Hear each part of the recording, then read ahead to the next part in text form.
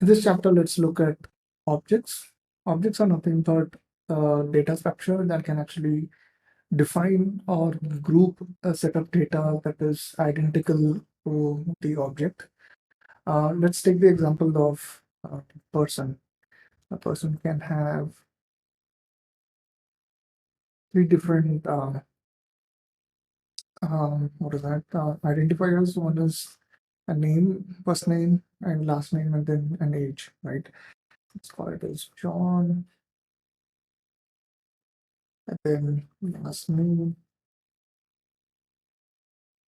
So usual example, and maybe age is 25 or something like that. So the person object is now created. If you want to actually um, look and print this object, all that you'll have to do is call the object and then call the data variable for the object. Last name,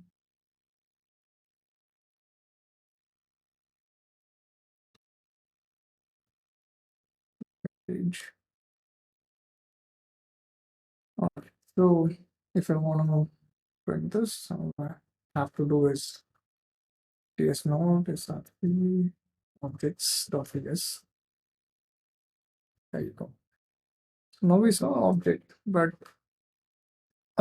we need the additional type safety to make sure that the object is never modified elsewhere, right? So TypeScript allows you to actually define an interface for this object so that nobody else can actually tweak it later in part of your code.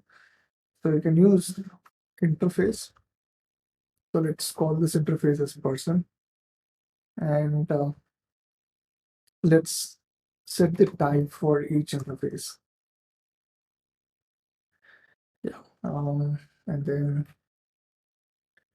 first name, last name, which is usually a string, and the age is a number. That way we set the type safety for the objects, but we need to call this interface, right? So all that you have to do is call